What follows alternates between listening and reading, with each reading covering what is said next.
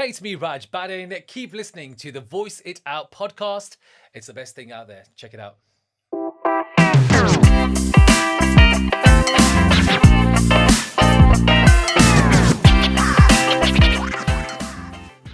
Hello. Hi. How's it going, everyone? All good, thanks. Hey, guys. Hi, guys. Wow. I know. Wow. So, I guess today I'm so excited. Let's just get into it. Let's just get into it. So excited. So, first of all, we've got to say that we have worked with this incredible man for quite a long time. Very long time. But, so let's have some of the accolades coming up. Come on. Do it. He's going to love it, by the way. Well, I hope he does.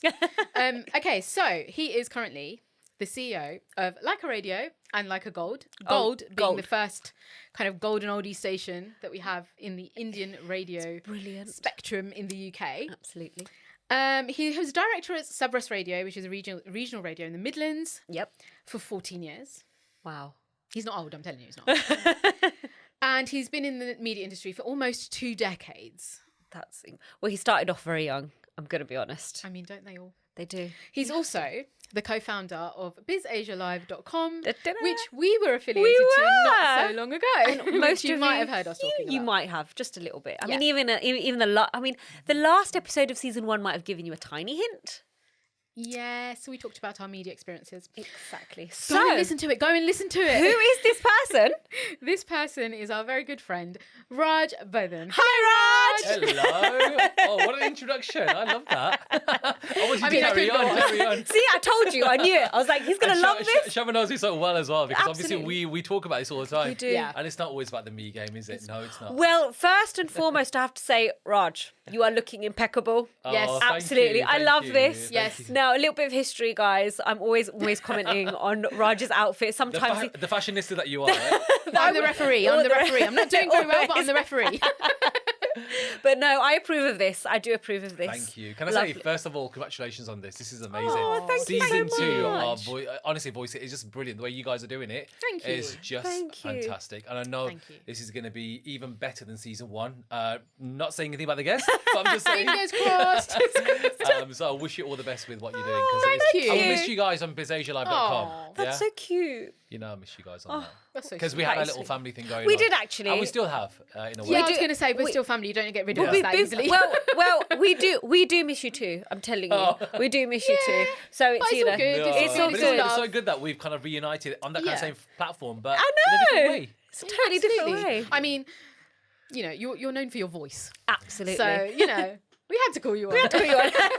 There was no getting away But with when I it. saw the setup here, I was like, this is incredible. This is so good because Can you imagine? you got the cameras everywhere, you've got the mics, and the mics is the daily thing for me. So I was like, hang on, we need to adjust it and get it closer to me or a bit further away.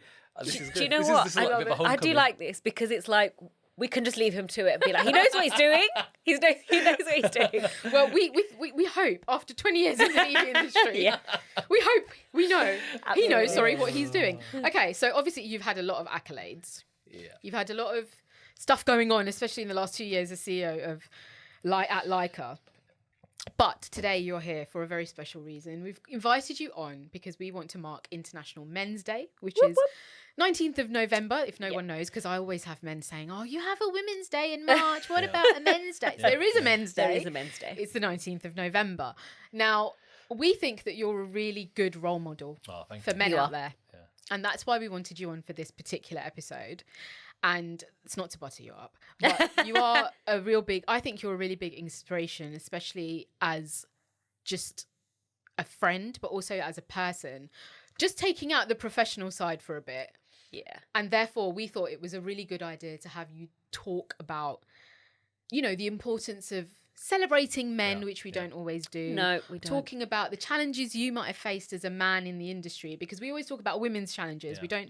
We don't kind of, you know, No. think about men's challenges. No, we do don't. No, we don't. It's also and it's always a thing of like men against women when really that's actually not what it is. It should be about everyone working together. And yeah, we just thought that you'd be someone who is a perfect example of someone who can bring those things together. Absolutely. Mainly because of our own experiences of you as well. Yeah, So I think it's thank that you, as well. thank you. Exactly. I think just generally, I think equality matters in any profession you're in. You know, having what I've done. And I mean, do you know the thing is when you did the introduction, I felt like, God, how old am I? I was questioning myself. You're absolutely ancient. But I'm 41, and by the time we go out, I think I'll be near 42. So I feel what I've achieved so far has been quite a journey. But I always get this. I mean, for International Men's Day, I always get this thing like, oh, how old are you really? I mean, you achieved so much in your time. And for me, it's not about how much I've achieved. It's about the support that I've had, my support network, and having the people that have kind of pushed me into where I am. And I know there's a lot of things that I've done independently as well, but having the right people around you, having the right and also some of the wrong people, because even the wrongs you learn from as well. So we have that where you have some people just kind of push you into the right direction because you think, hang on a sec, that's not right. But for generally, I think it's great that we're celebrating International Men's Day. I get this in the office at Lyca as well, where we do celebrate International Women's Day. We do a lot for International Women's Day. We do a lot because we change our schedule. We have female lineup. We have on both stations, Lyca Radio and Lyca Gold Radio. Yep. So we have just females. But on International Men's Day, we don't do much. So Precisely that. all we do would probably say a mention here and there. Yeah. International Men's Day, get in touch, tell us about your men's experience, that kind of thing. But Yeah. we don't do much for International Men's Day. But I think one thing that's very important is mental health. Yeah, I think- absolutely. Especially in being an Asian. Yes. Being an Asian. It's always been a taboo subject. Yeah. And it's so good to see a lot more exposure of mental health and what mental health in men is like, because I don't think that is highlighted enough. There is now a lot more highlight of that. And I think we just need to focus a little bit more on, say, the mainstream, which is obviously Bollywood or some of these OTT platforms, which may not cover it because they're still kind of shy away from it or still thinking what people think about it. I think, in my experience, I think that with OTT platforms especially, because they have more of a legroom to really go into certain subjects about whether it's for men or for women, we see it more there rather than on the big screen, or even with like Indian TV. You don't see a lot with like Indian TV. No. And it's and what you said about having the right people around you and having the wrong people around you, I think it's so important for both men and women and non-binary people and whatever, like, whatever you identify as, however you are, having people around you that teach you what it means to be the best version of yourself. Absolutely. It's so important. It's so true. It's like what you said about Indian television. I'm just thinking, if you watch a show like Anupama, for instance, and it's a very female-focused drama. Yes. Yet, if they cover, say, Van Raj having mental health, I don't think you would have the same kind of connect to it as what it's Anupama funny has. you said that, because when we were discussing about this episode, obviously just a little while ago, I said, can we actually collectively think of any characters where we can say this is a positive male influence in the story or whatever it is? And I actually thought of Anupama, and I thought of Anuj Kapadia, who plays her now husband.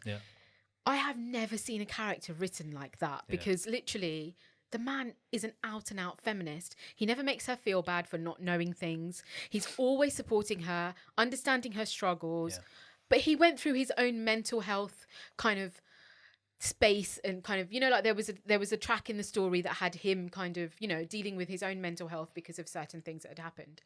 And you're right. I don't think it had as much of an impact as if Anupama herself has gone through it, or a female character in the same serial had gone through because it. Because there's a lot of women that will relate to, say, Anupama. Yeah. I don't think the guys who are watching with their with their wives or their partners, they wouldn't have the same emotional attachment with, say, Anuj or Van Raj having the same thing in exactly. And I think that should change in Indian TV, but obviously we're in a different country. Do you know what? So we see it. Do you know what? You guys just talking about Indian serials, right?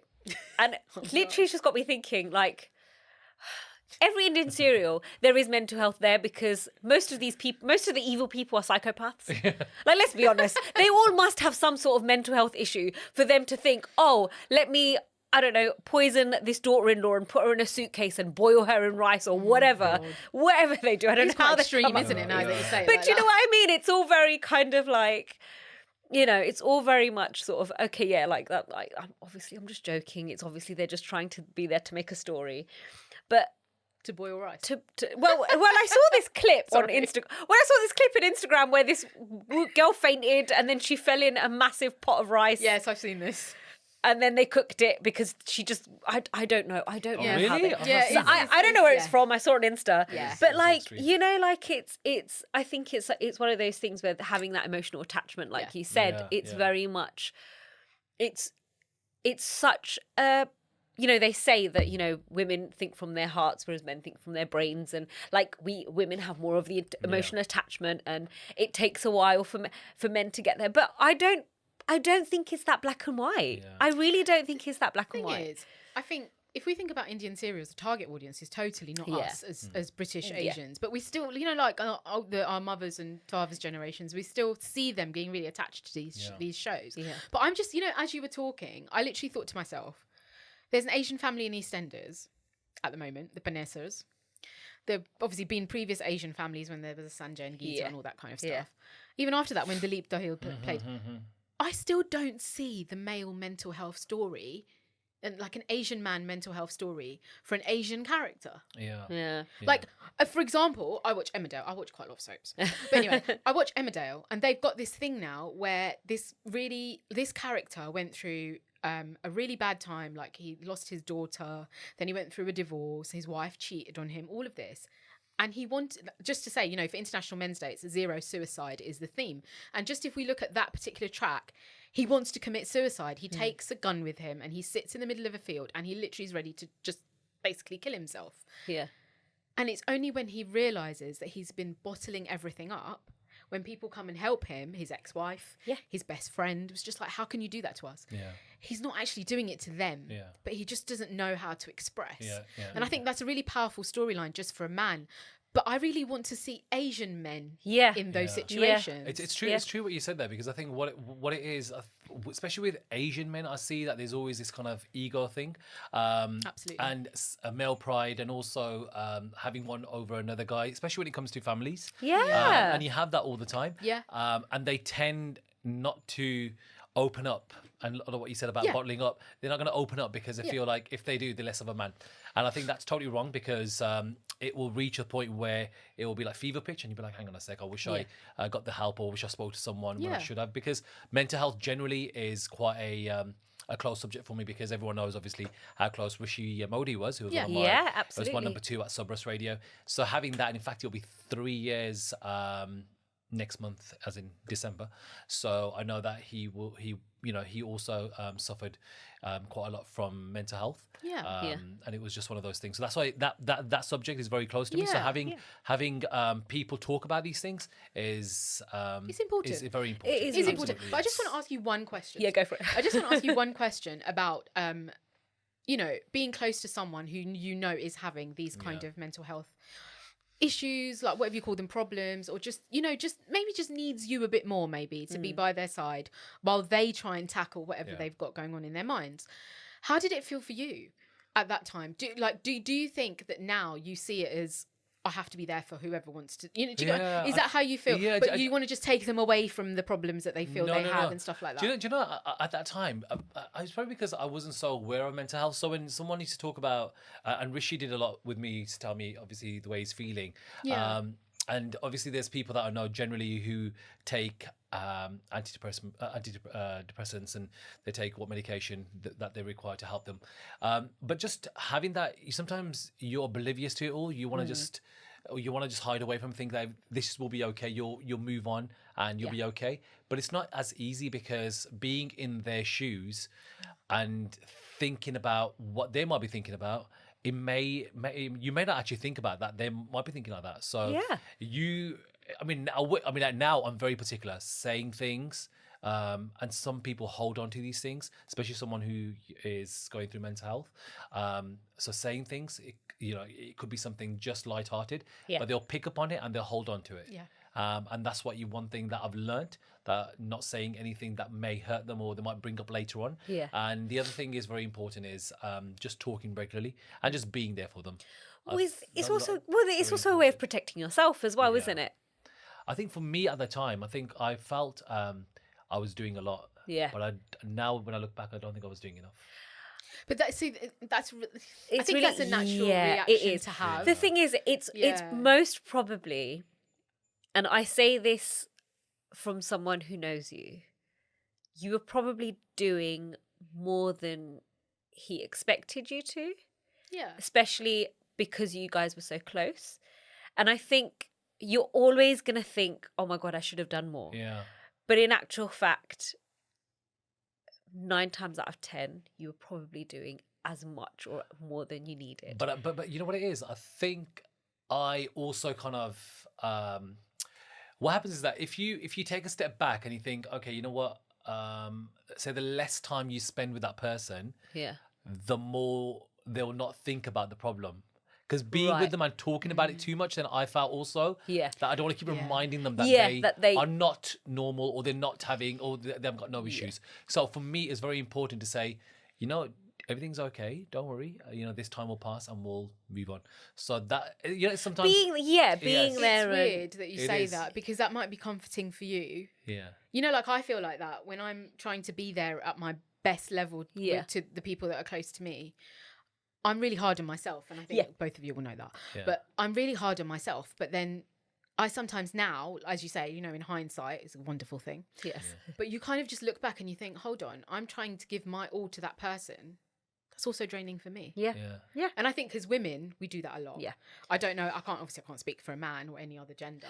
Yeah. But for me, I think women, we've spoken about this Yeah. in season 1, that we find it really difficult putting ourselves first. But sometimes in that situation, when you find it's too much because you are being there for another person, Yeah. there are times you can also put yourself first and be there for another Yeah, person. it's It's true. possible to do that. But you see, I think it's also like, you know, and I feel like this is for me and you.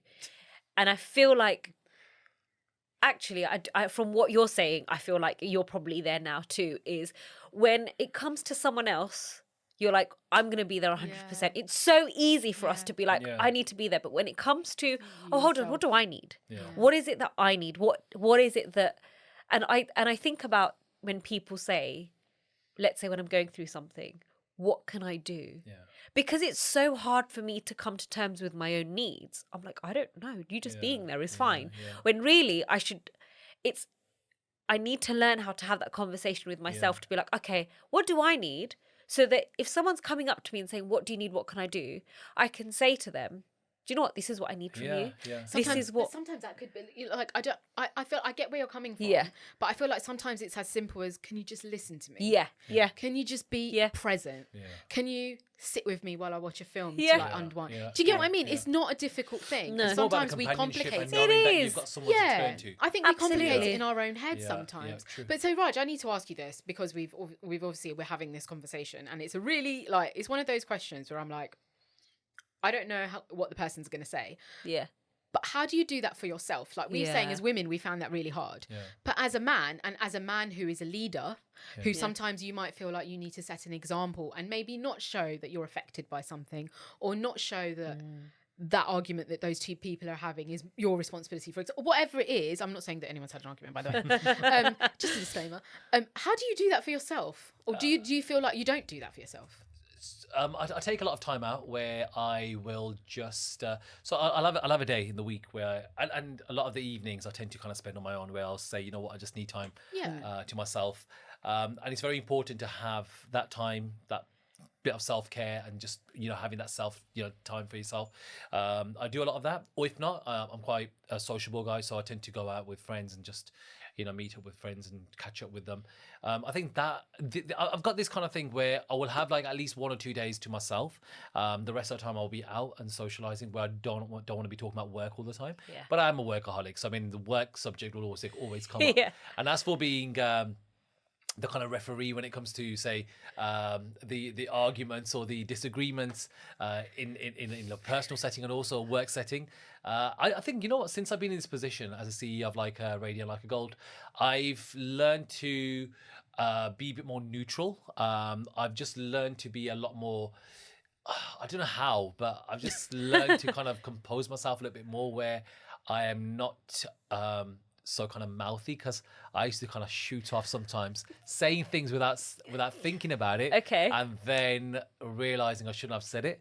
But now I've just I like think we learned all to do that a zip little my bit. mouth. Yeah. But I think just being in this position, I've learned quite a lot, and I think it's Yeah. probably down to my experience in the past and also how things were generally at Lyca before I joined. Well, I did want to ask you. You've been, we've spoken about your accolades. How long you've been in the British Asian media industry, especially, like talking about mental health within that industry. Like, how do you think it's developed? Do you think that there's more of an onus on mental health? Because it is a bit of a rat race. It is a little bit of a, especially with the way our experience is, it's very much, I need to be the best. I need to be the first at everything. I need to be doing this. And it can get very stressful, and it's very like, oh my God, like, it can be very soul crushing at times. Yeah, and I'm sure that you have had those moments where you're like, oh my God, like, is this really the type of thing that I want to do? Is it really something that I want to be a part of? Because there is a lot of toxicity as well that is connected to generally the media all over the world. Yeah. So in your experience, how has that developed from what it was to how you've experienced it to be now? I think it's a great question. I think for me, it's very, so I just love everything about what I do. So Good. when I joined, I had a focus, I had a strategy as to what we're going to do to turn around the stations because the stations weren't doing so well before I joined. So for me, it was just about changing everything and coming in, revamping everything. So having a set goal and so I call it like the line of fire. So for me, it's about the line of fire to know that I've got that focus. I don't want anyone to come in the way. Otherwise, you're just, Yeah. So for me, it's very important to have some kind of focus to say this is what the end goal is going to be or what my plan is in terms of my aims. And having that has definitely worked in my favor. But at the same time, as you mentioned, there is always going to be some, there are going to be some people that are going to try to come in the way and try to kind of, absolutely. and not just ruin it for the brands, but ruin it for me, and also themselves as well. So for me, it's very important to eradicate those people, and then just focus on the simplicity of what we were doing and say, let's just focus on the end goal, and that is it. And also the other thing I'd like to say is that I'm the kind of person, when I joined, I'm the kind of person to be working ground level. So yes, CEO as I am, for me it was just a title because what I've been given is great. But for me it was very important to be working with my production team, with my sales team, with my programming team, with the marketing team, with everyone, just to make sure everyone is on the same level. Because I'm saying, and also I'm obviously doing a radio show as well. So it's very important that if I can do a radio show and if I've got a particular way of doing things, and programming and marketing and sales, whatever it is, there's a certain way, there's a certain etiquette, there's a certain execution we require, and it has to be on a higher standard. And if I can do it, I'll say, guys, we can audit together. And that's very important, to get everyone together on the same platform and to have the same kind of vision. So that's what we will do. That's so true. And I'm going to bring in my best friend here, Ranveer Singh. So basically, the reason I'm bringing him in is not because Raj looks like him or anything like that. So basically, I heard this anecdote from someone in Ranveer Singh's team a few years ago, and it really stuck in my head because there was an incident that I heard of where, I don't know whether it was a film shoot or something like that, and Ranveer basically got rid of a person who was there.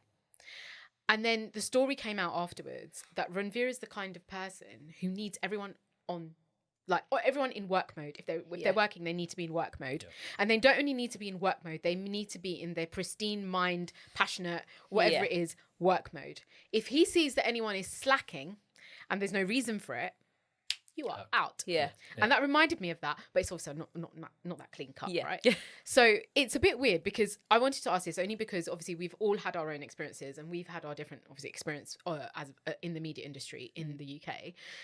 But you do get people, as you said, you do get people who are maybe want to latch onto you, your brand, whatever it might be, but don't actually have maybe the right thing to invest in themselves. They don't want to invest for the right reasons. Maybe they just want to latch on because they want to make a name for themselves and not be part of the team as such. I find that really difficult when someone does that. I used to find it difficult even when we were at BizAsia, when we brought in a new team member and they weren't fully 100% on board. I'm like, what the hell's going on?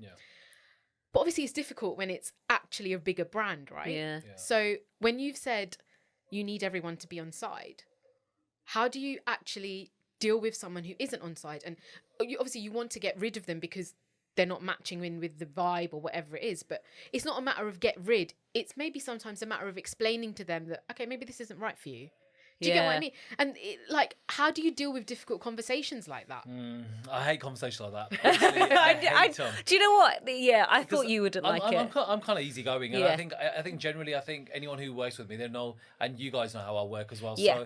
So, and everyone has a different opinion, and I don't say that everyone, we're not entitled to our own opinion.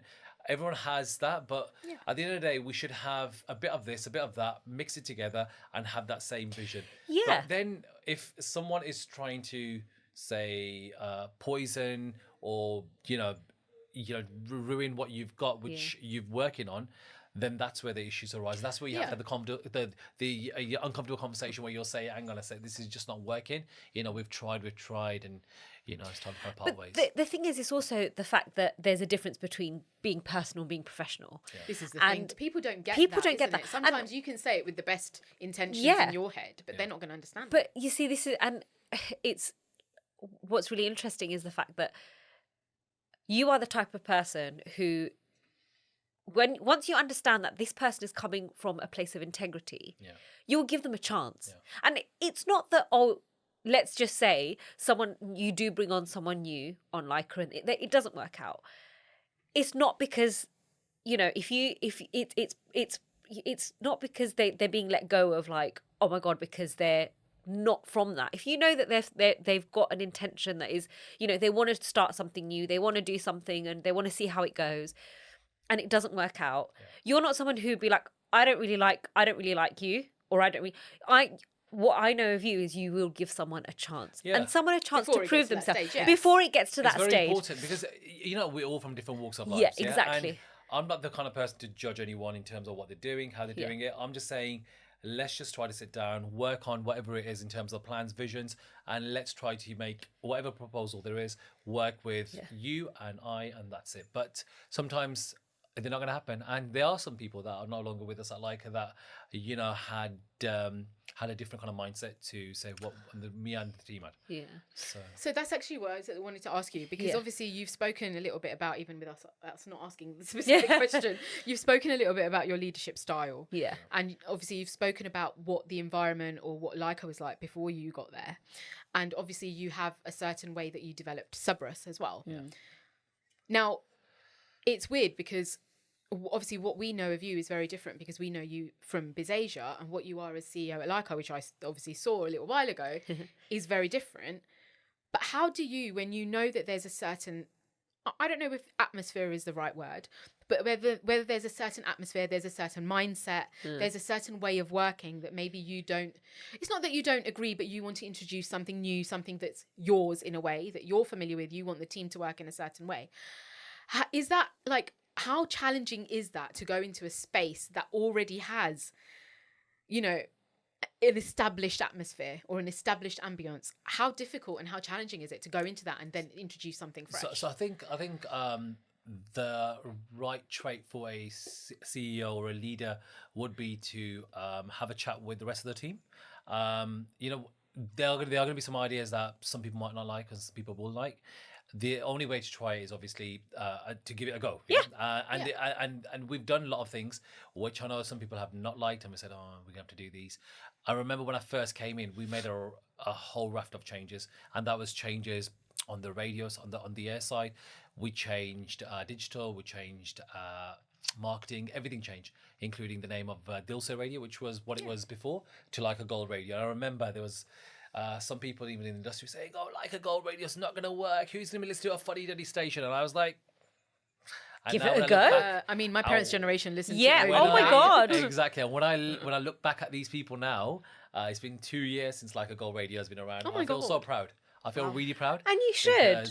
Because they were always going to be, but I don't know what it is. Sometimes having those, it's what I said to you initially, having some of those people that are disliking or not agreeing with your ideas just makes you more determined to do something. And I'm the kind of person to say, you know what, let me show you. Yeah. So I just let it be. But I always do talk to, I've got an amazing team. I'll tell you one thing, that team they will put endless hours of hard work, energy, and so much stuff they put in since I've been there. Well, that's that why they they're still are there. incredible, and that's why. why they're And still honestly, and that's why we are where we are now.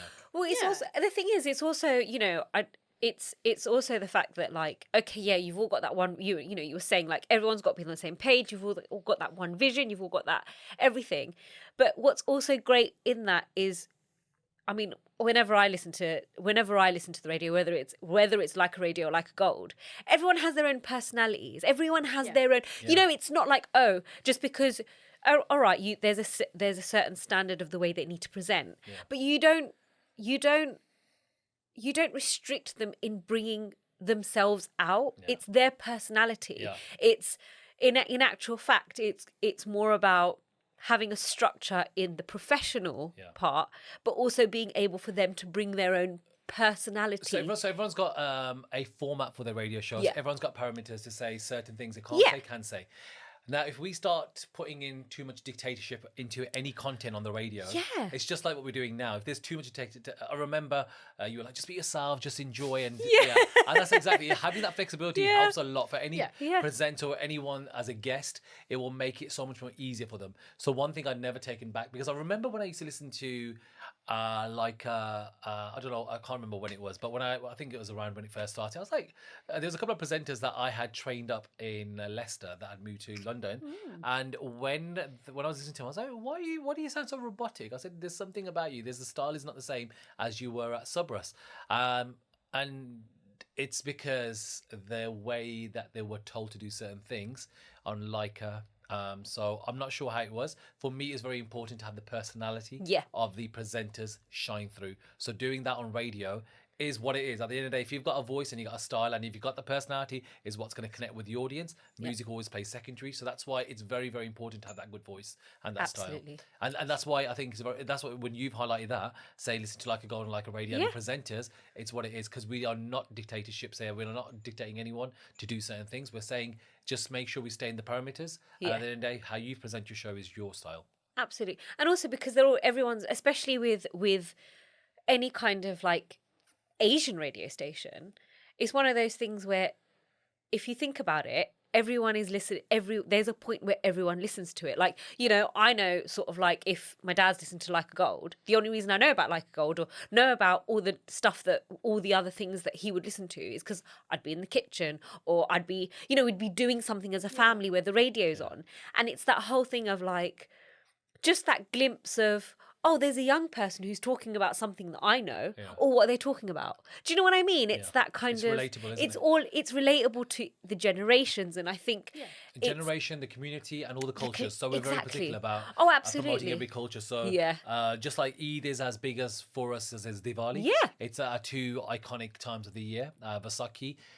We do so many things. Christmas, obviously, we do, and we do a lot all around the year to make sure we highlight all the cultures and the faiths as well. So it's very important. The thing is, I think that also helps a lot, because with the Asian community, community is everything. Relatability and having some sort of connection. That is what connects people together. So we have this all the time because we sponsor and we partner with a lot of events. And initially when I started, we were partnering with a lot of the larger events. So it's very important to be on all the Wembley shows and the O2s, and we're like, great. But then I was like, hang on, I need to change my strategy here, because I said everyone else is doing that. I want to be rooted in the community, and it's very important for us to have our brands to be penetrated in the community. So we thought, you know what? We're still doing the bigger events, but I want to focus on the more small community events. So for us, like Navratri, massive, Diwali, massive, now Eid, massive, so Halal Festival, there's all sorts happening, and we're very, very particular that our team is present at these events, because at the end of the day, it's these communities that are going to drive the stations forward. So it's quite funny you say that, because obviously I think that influence, correct me if I'm wrong, I think that influence has come from the regional radio that you did before, right? So it's kind of like you've brought the best of that world and brought it to a national station.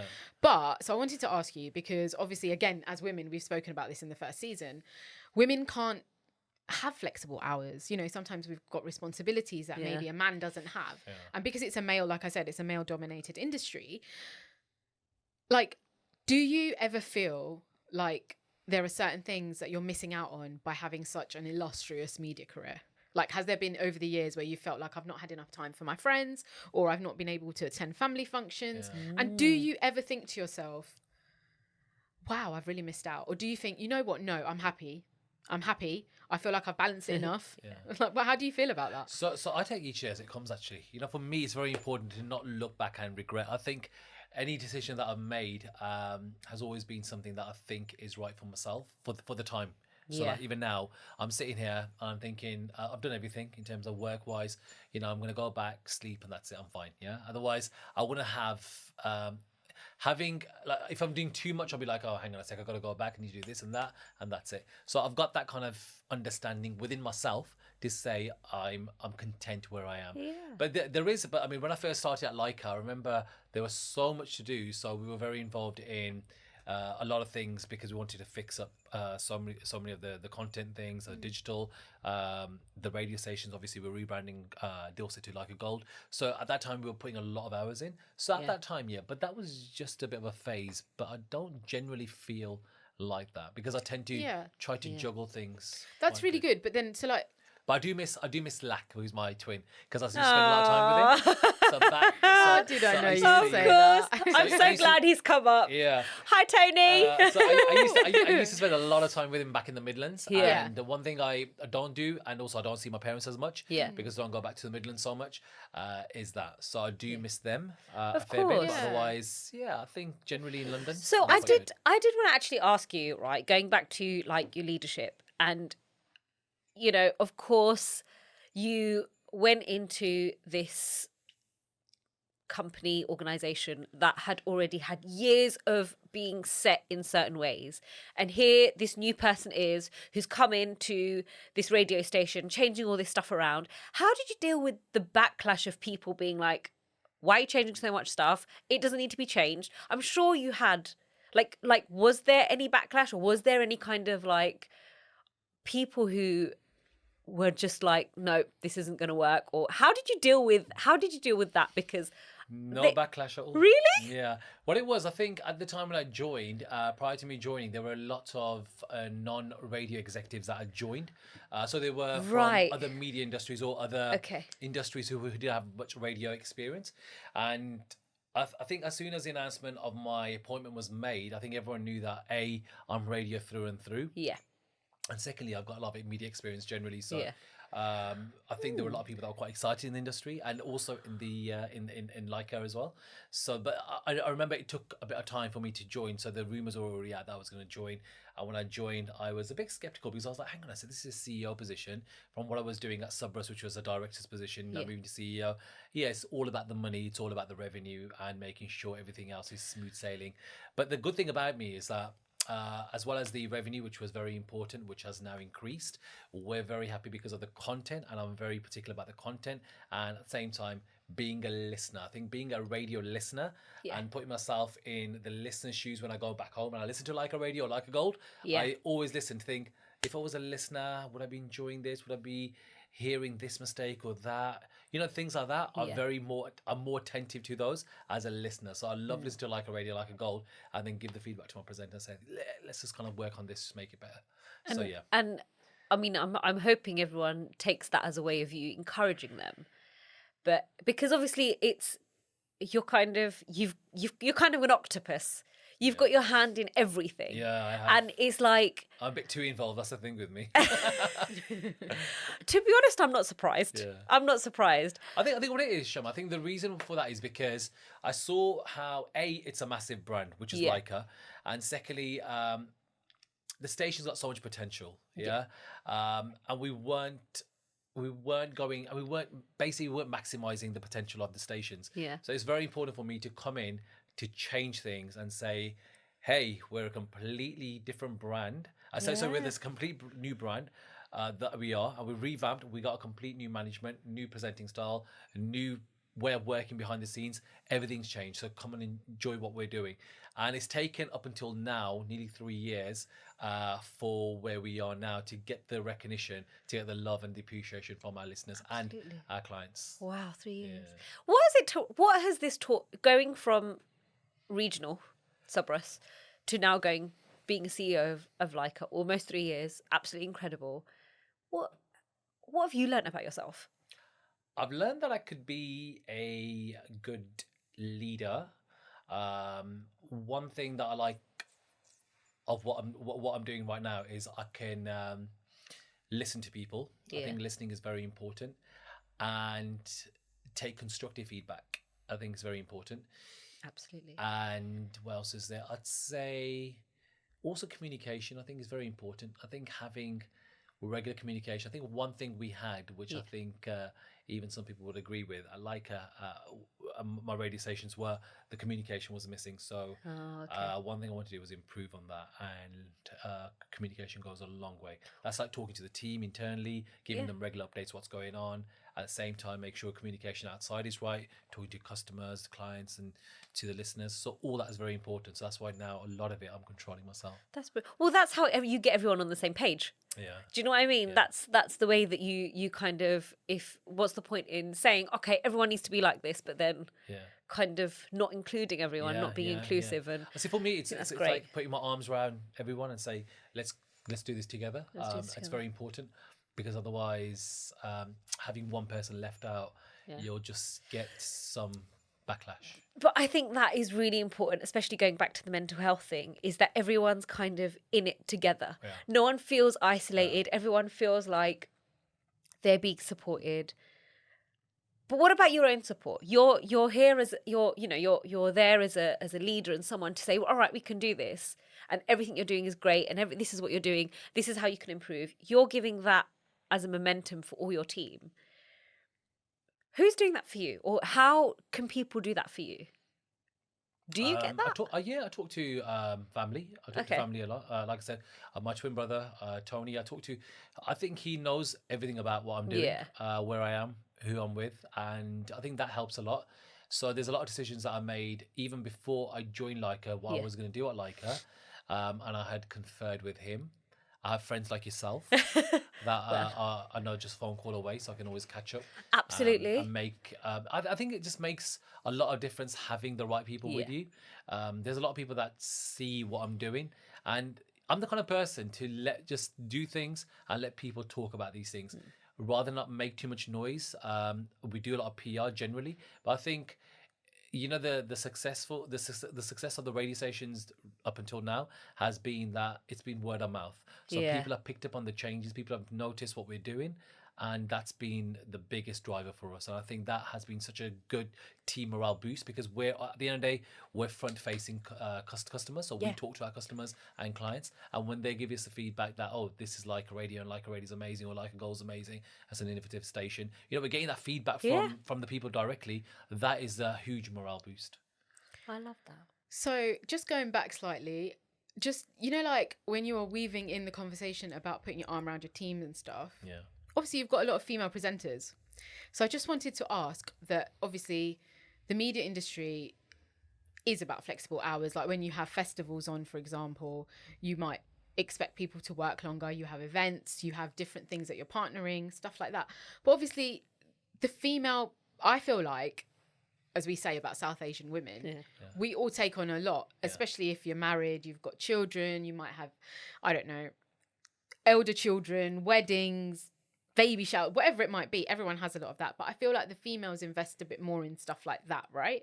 But you've got a lot of female presenters. So do you have a way of kind of letting them make the most of things that they have in their lives? Like, how do you create the work-life balance? Obviously you have I know that you have some presenters who are literally just their show and then that's it, they're done for the day or they're done for the week.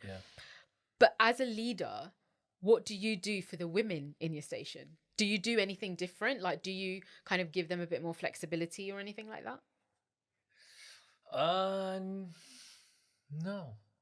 Honestly, do you think it's needed? I don't think it. Yeah. See, so when you were asking that question, I was just thinking in my head that I've got more female presenters, and those female presenters are the ones that are the most active, and they're the ones that are actually you know what? They're actually jumping on everything we're doing. Yeah. And I gotta say, they are fantastic. I mean, all the women that I have, you can't give them enough events. They want to host. They want to be a part of them. They want to do social media stuff. And my head of social media is a female, Valissa. She's very, very active. I have 3 female presenters on Lyca Radio during the weekdays. Valissa, Kush, and Radio Wali. On Like a Gold, we have Garjal, who does our breakfast show. We have Anisa Nasir, who does the evening show. And I mean, I would think, and it's probably the way I've been brought up, that you're going to get a female presenter saying, oh, finishing 10 o'clock at night is not going to be right for me. I need to get home, so I'm not finishing at 10 o'clock. I want an earlier slot. But when I came into Lyca, to know the culture difference to what Subrus was, because I remember there was no female presenters doing any late shows at Subrus. And so having that at Lyca, I was like, this is amazing. This is great, yeah. Because otherwise I'll be struggling for presenters. And I've got a couple of other presenters that are female that are in the queue to go live on the radio, and even they're like, we don't mind which show. Even if you give us a 10 o'clock night show, I'll be happy with that. I was like, well, there's no slots available at the moment, so they just wait. Fighting them off, right? Fighting them off. Yeah, but I'm not. I mean, honestly, I'm not treating them any. Do you know what? I think it's also from the sounds of what we hear, and it seems like you haven't needed to, because they've probably already told you. Or if there was a point where they can't have flexibility or something, it's not about you looking out for it. It would be for them to come and say, this is what I need and this is how I need it. And you would be able to cater for that. Yeah. It's not a conscious kind of... Yeah, exactly. So for me, the flexibility is there if they require it. Yeah, so exactly. For instance, if they need time off, if they need... if they need to do something that's personal, or even if it is something professional, I'll be like, absolutely, it's fine. Yeah. For you to grow your brand. In fact, I had this conversation just a couple of days ago with another female presenter, and she was like, I've got to take a day off because I've got an event, but it's not anything to do with Lyca. Do you mind? I said, well, look, you're going to be growing your brand. I'm glad Lyca is helping you grow your brand. And if it means you're getting work outside Lyca, great. Because I always say to everyone, not everyone's going to be at Lyca forever, and not everyone's going to be at any brand forever. Always think about how you can nurture your own brand and how you can make your own brand bigger, so when you do up and leave, you can take that away with you. That's so very, important. Very important. And I think that having that mindset of being like, I do not own you. You are still your own person. I am there to help you. Because if I was in that situation, I would like someone to support me and say, look, we'll work on this together to make sure that whatever we're doing, it's a success for you, but also success for us as well. Absolutely. Yeah, so... And it will also, whenever anyone does move on or anything, you have set that precedent already to be like, I will support you in everything. So when they look back, you and what you've set for them is still with them. They'll still be like, well, I started from here. I've got this accolade, but this is where I started from, and this is the support I needed. That's what I always say. I say, don't ever forget your roots. For me, it's very important not forgetting your roots, because I always remember, and any interview or anything that I say, I always remember how I started my journey back in 2005. Because what happened was in 2004, I was finishing university. I was working at Radio XL back in Birmingham. And when I was there, I did a whole year of voluntary work, no pay. And I think I always say to everyone, it's very important when it comes to media work, that showing the dedication and having something on your CV that shows that you're doing things voluntarily. It shows how passionate you are about the field that you're working in. And one thing I'll always remember is there's someone who was at Radio XL with me. His name's Dalvia, and he actually moved to Australia.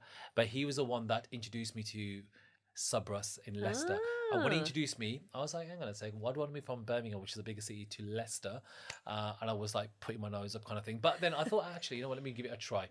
And when the opportunity came, after a few, back and forth kind of thing, I agreed to take on Leicester and Subrus, and it was 14 years that I was at Subrus, so I'll always be thankful to Dalby. I think it was just amazing the way that journey started. Well, it's really funny when you were like, oh, I turned my nose up. You were young then, isn't it? Yeah, I did, because for me, I was like, Birmingham. It's either Birmingham or London, right? So which one is it going to be? So for me, Leicester was like, how do I get there? 'Cause at that time, I was just about, I remember that time, because I couldn't, I drove, but I didn't drive on the motorway. On the motorway. So driving on the M69 and M6 to get to Leicester from Birmingham. I was like, how am I going to do this? I remember jumping in the car with my brothers like the weekend before I was going to start and do a couple of trips up and down just to get the hang of it. That's cute. So, So funny. But it's really funny that you said about the branding, and obviously you feel like people are not going to be forever at one brand, right? So it just reminded me of social media conversation, because your social media has always been quite strong. Yeah. But do you feel the pressures of keeping it like that, or do you sometimes be like, okay, you know what, I'm not thinking about it? Because I feel like you're obviously at Lyca, your social media has gone mad. You, like you said, you've got head of social media, but also you do a lot of that yourself as the CEO. Yeah. You promote what your team are doing. You promote what's going on. You promote the events. You promote the, whatever it is, the festival of the day is that day. Yeah. You do a lot of that yourself, and you don't need to do that because the brand is doing that itself now. I understand at the beginning, obviously, you had to give it a really big push. Yeah. But I feel like it kind of is doing it itself now. Yeah. But you're still supporting it, which there's nothing wrong. But do you feel the pressure then to kind of build your own personal brand? You've got a personal brand already. Yeah. I think it's important for self PR generally. Yeah. And one thing I do regret now is that I'm not spending as much time on Twitter as I used to, and that's not because X, please don't call it Twitter. X. The reason, and do you know what it is? I think mainly for me, I remember the whole journey started on Twitter, on X, right? I And mean, that is, can I just and say, that was with me and you. I was just about to say, me and Raj are your original Twitter love, as in LUV story. Yes. It actually is. It's really we are funny. a Twitter love. And it's also actually, been a big boss, isn't it? Oh, God. Do you know what season Oh it my was? god, I can't Do you know what season? believe Was that. it 7, 8? I can't remember. It's But yes, I many forgot moons that ago. it was a big boss Yeah. story. The magical thing social media can actually It is do. magical. But no, Be careful who you talk to, though, guys. So one thing I do miss is going on Twitter and having conversations. I used to love doing that, but that's not because I haven't got time. It's because I remember, I think I told you that I used to use a third-party app called Echophon. So I used to use Echophon for tweets. And when I used to use that, I used to have so much comfort because everyone used to use the main Twitter app, and I was like, I don't know how you guys can use that. And then ever since Elon Musk has taken over, he has stopped using any APIs on any third-party apps, so we can't use those apps anymore.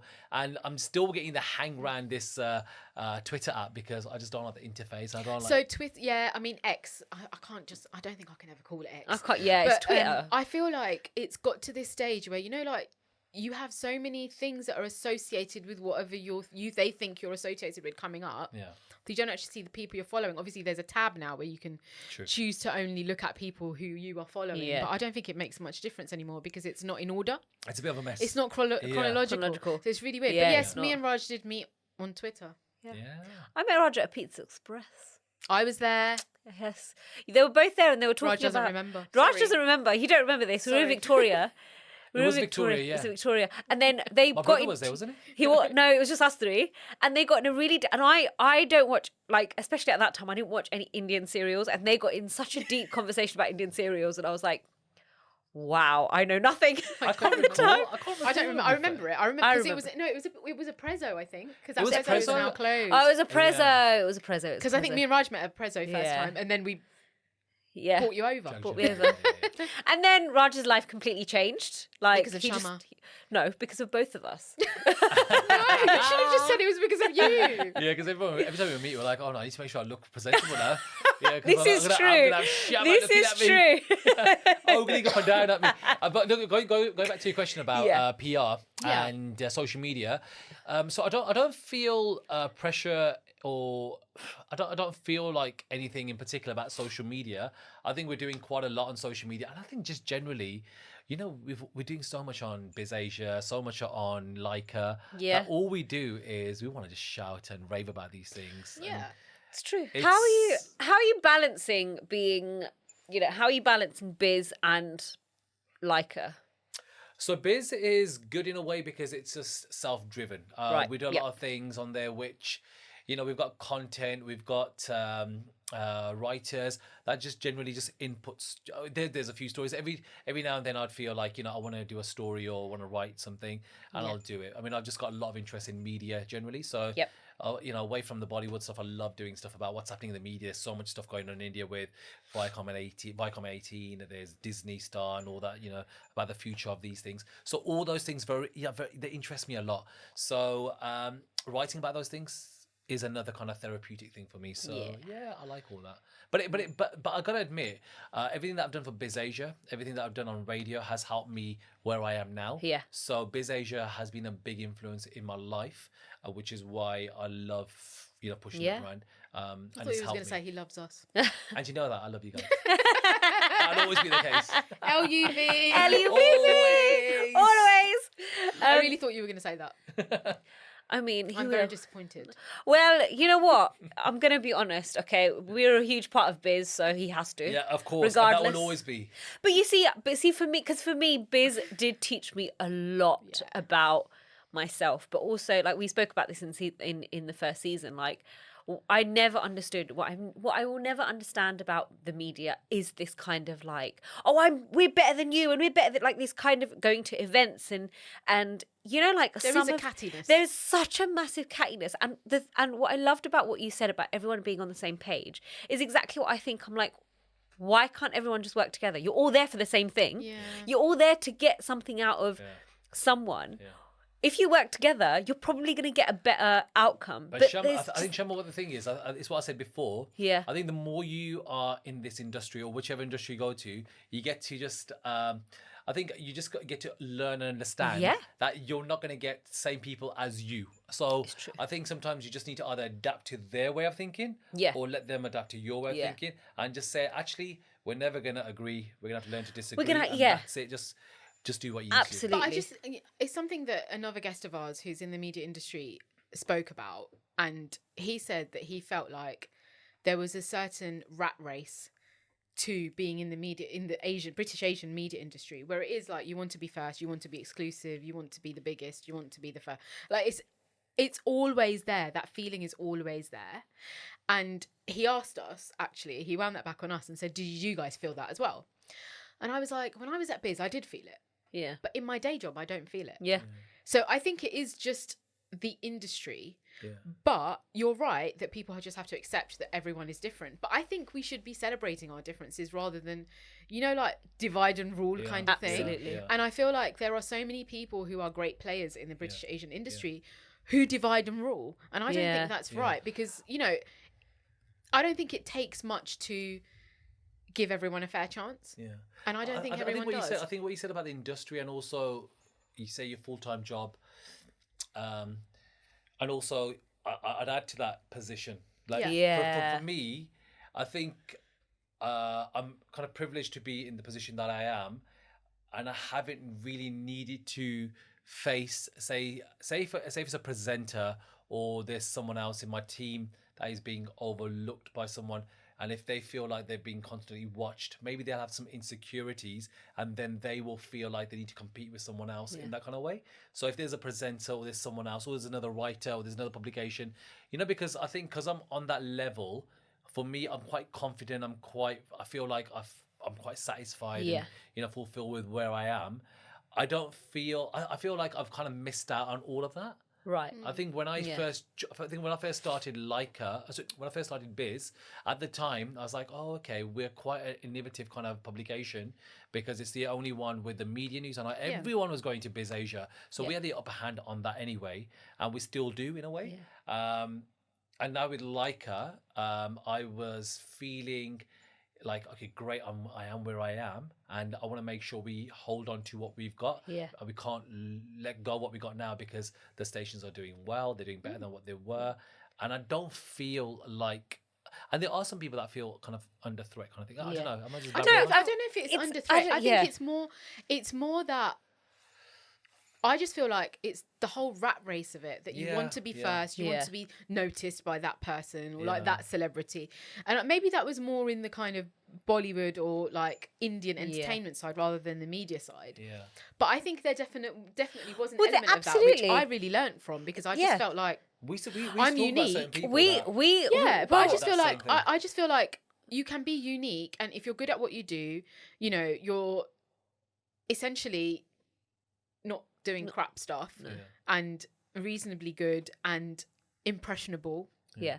I don't think you can go wrong, but you don't have to be the only person that is like that. Do you see what I mean? But the thing is, see, what you're saying about you not having had that experience, right? Like, I'm going from my own experience. Let's say where I've been to events where I've had that treatment, I've seen it. If you were to go to it instead of me, you'd be, because you are well known and people know you, it would be completely different. So that's what I'm trying to say. So I've not had that kind of experience, but I may have had if I was in your shoes because, you know, it's because of what I've built and where I am. Yeah.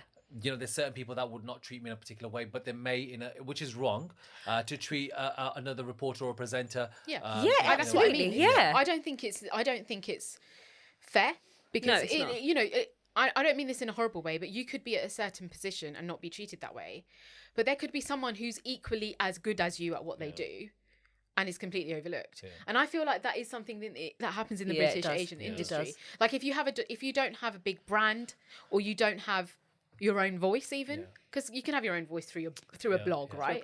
If you don't have your own voice, you're not, I don't know, you're not available enough or whatever it might be, you're treated differently.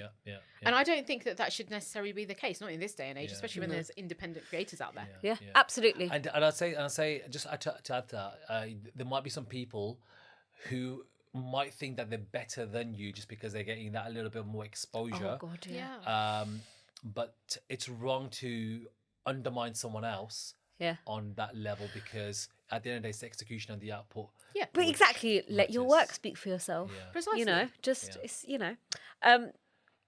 Should we move? We should move on. I did want to actually ask you one thing, just one more thing before we move on. Outside of your professional, personally, how have you, going back to the mental health thing, and everything that you've learned about your experiences, how to deal with people, how you are with people, both personally and professionally, how has your views on mental health for yourself changed throughout?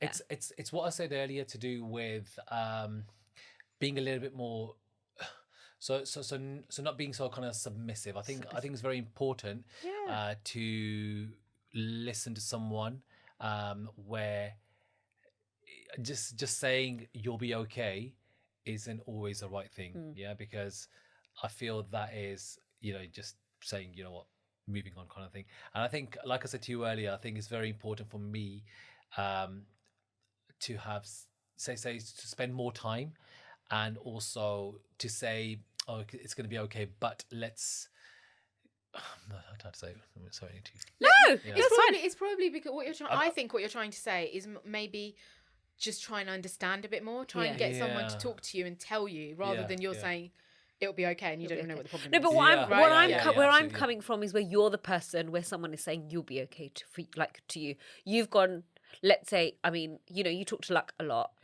And you know, it's from what you're saying, I think it's basically what's really helped you is being more open in your conversation. I think I'm generally quite open, because I take life so lightly that I think, you know, not so serious. Boys do this all the time. I think it's very important for me not to take certain things. And I'm like, you know what, and like if anything happens in life with certain things, I'd be like, you know what, actually I'm quite content where I am.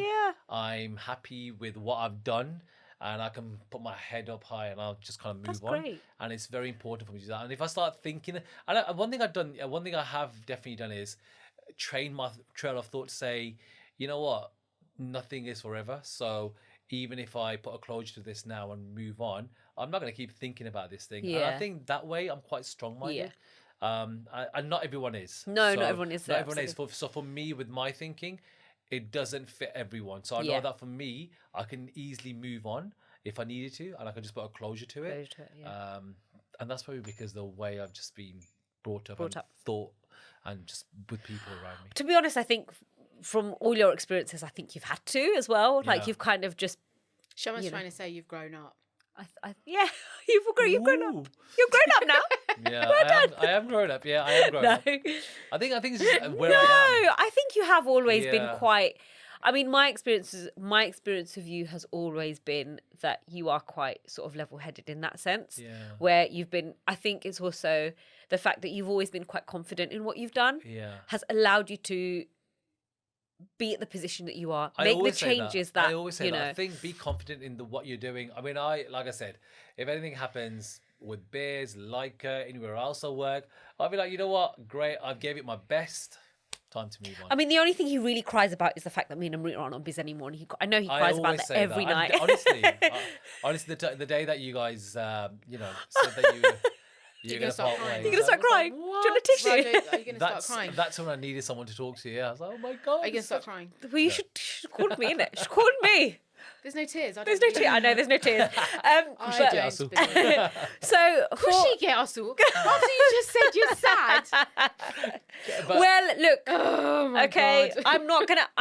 I'm not saying that if we carried on with that, this wouldn't have happened. But you can cry. I don't mind. No, but honestly, you're smashing it. I'm loving everything that you guys are doing. So why not? But you're still not crying. He will cry later. I might cry. He's Off gonna camera. cry. He's gonna cry off camera. He Off needs to camera. speak to us. Okay. Yeah. Okay. So So. for season 2, with our guests, we have introduced this new segment called This or That. Oh, like that. I like that. You Don't like this. that? You don't like this? Okay. Shama's this. No, I'm joking. I'm this. I don't mind. So do you want to start? Shall I? I'll go. Go for it. Okay. Are you ready? They're not. You don't have to go into one, but they're not. Do I just say this? They're not live? full on questions. Okay. They're not full on questions. It's They're either this or mostly that. light-hearted. Yeah. You don't need to. If you want to explain it, you can, but you don't need to. Yeah. Okay. Behind the camera or in front of the camera? In front. Haha, I knew it. I know this. Even though I look good in front of the camera, You do. I always look angry on screen. I'm What? sure on camera now I'll be looking angry. And now I'm smiling, so I'm okay. But I'm so glad I'm on the radio. You know that because sometimes, even when I'm talking, I don't know what it is. When I feel like my teeth just like kind of come in the way. What? Raj, everyone has teeth Raj. that come in the way. But there's two of these fangs that I've got here that just kind of come in the way. I'm like, oh, what? I don't even know I how don't. to react. I don't know. Right, moving on. Moving on. All right. Leicester or London? Oh.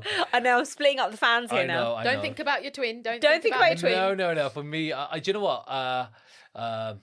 I'd say London because I've always wanted to work back in London after my short stint at Z Radio. So yeah, London. Yeah.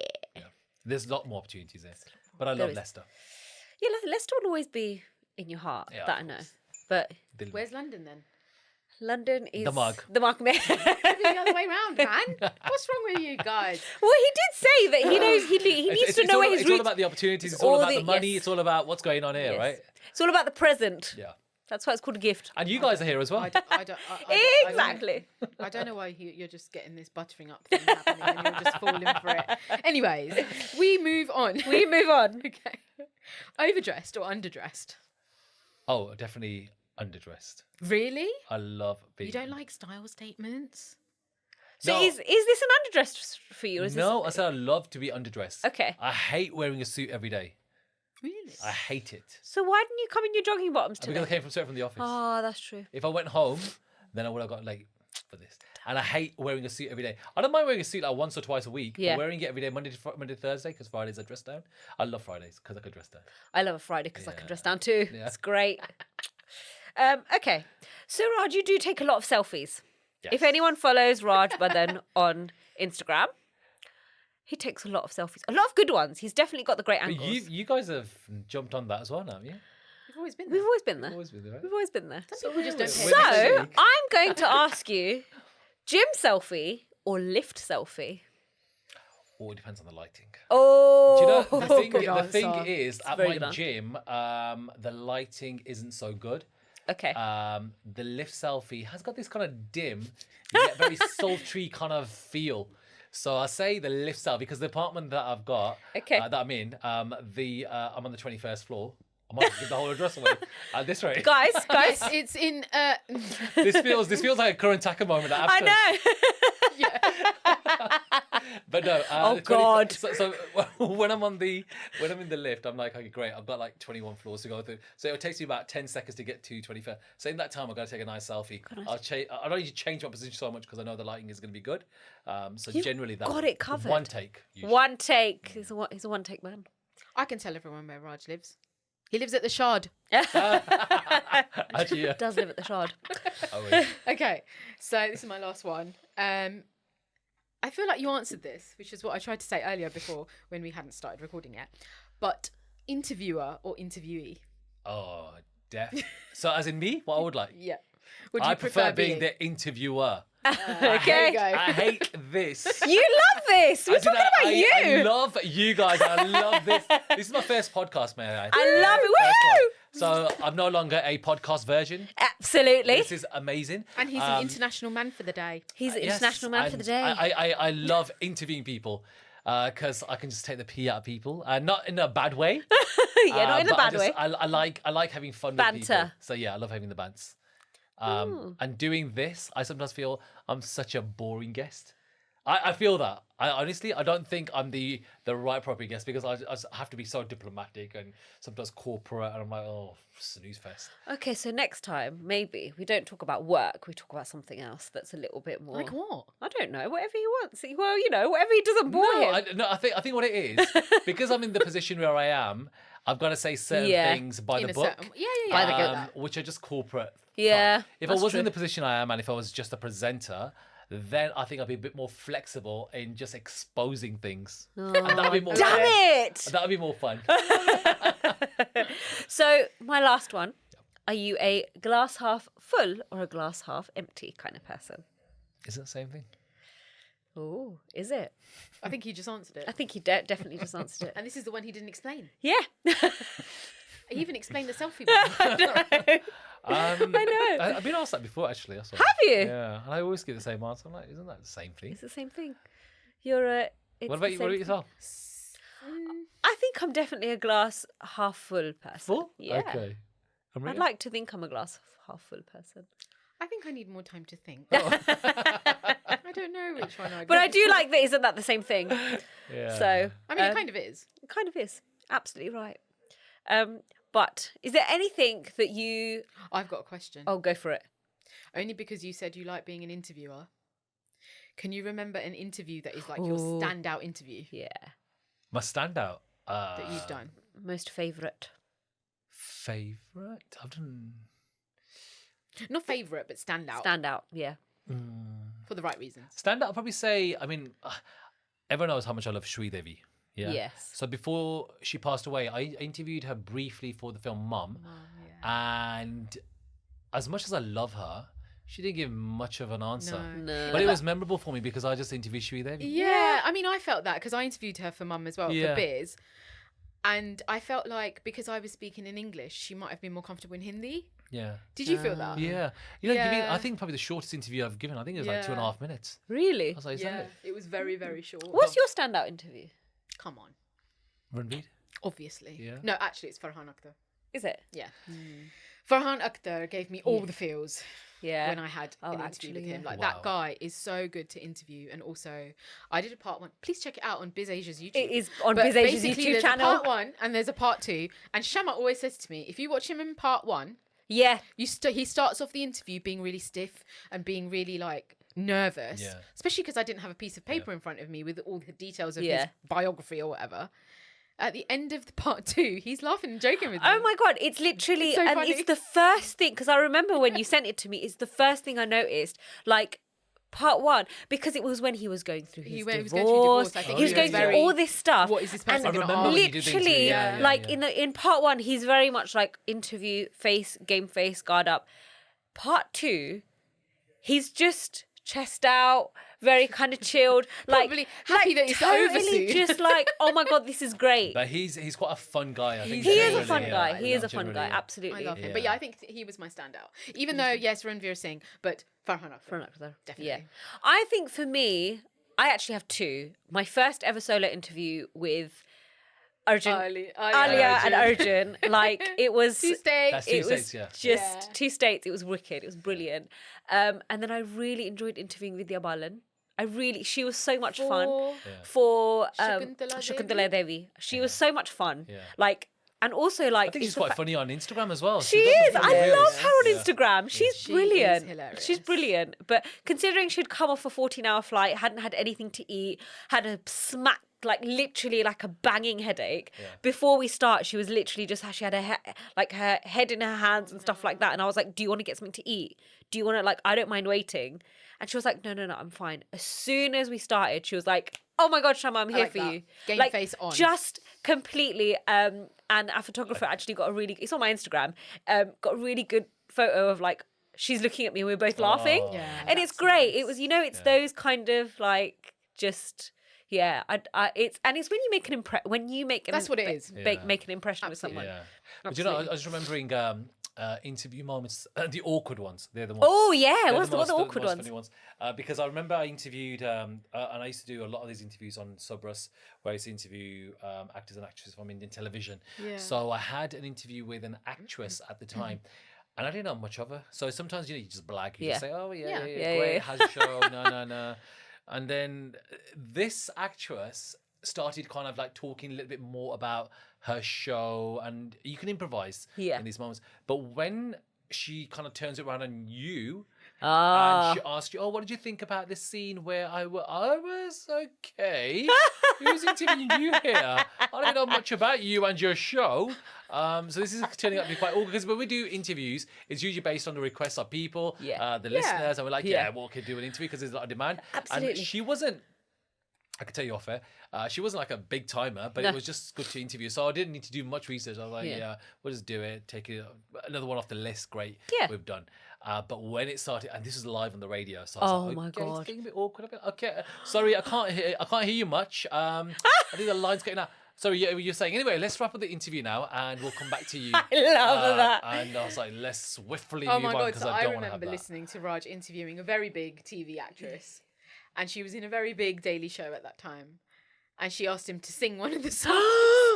Oh my God. Oh, which one was that? I'm not going to say it on air. No. But she asked you to sing. Go on, then you sing with me. Sing one of them. What is your favourite one? And oh my God, the way you dodged it. The thing is, I it's can't really sing fun. very The well. thing I Hilarious. don't understand is like, I'm sorry, but they can't expect you to sit there and watch every Yeah, single this is the soap. thing. No way. Like- and do you This know, is the honestly thing. speaking, I love what Indian television is doing, and I love all the TV channels because I've got a great rapport with all of them. Yeah. However, I don't get time to watch much of them. No. I don't think don't. anyone watches everything. Yeah, I probably watch. Do you know which one I'm watching at the moment? Is on Utsa Plus. It's Tume Kedu Tume, which is a suspense thriller, because I like shows like that, Ooh. and it's a murder mystery kind of thing. So I'm liking that so far, and that's on at 11 o'clock at night on Star Plus, Utsa Plus. So watching that a bit, but I'm only watching because it started recently. Yeah. So for me, just to kind of get into and understand that, and it's a little bit kind of different to the usual shows. That's the only one I'm watching. Well, Raj, we have had the best time. Is this it? This is Wow. it. Like, You survived. you survived. Oh my God, yes. You're right. Yes. Give me a Excellent. shout. Honestly, That's this has been amazing. absolutely, absolutely wonderful. Thank you so much for Thank you. coming. Thank you. Thank you so much for breaking your virginity podcast. Podcast It's virginity. amazing. I don't believe it. Yeah, thank you for being our international man Oh, of the year. thank Of the you. year. Thank you for choosing me for this Not special at episode. all. That's Not at okay. all. Yeah. Is there anything that you would like to say that you felt like you haven't had a chance to say? No, I think I've been talking Alright. too much. And like I said, That's the whole point of a you podcast. have done so much in terms of this, the whole presentation, the whole look, the sound, everything. So well done to you both. Thank you. I've got to for ask you putting the whole something thing because you're together. saying that. Hmm? I've got to ask you something on. because you're saying that. You're prompting this. This has nothing to do with me, but it came in my head because you said that. Are we Lyca worthy? Are we like, oh, We've You already tell her. spoken about that, but because you're in South London, you don't want to be coming to Canary Wharf Studios, I'm right? talking about us. not me.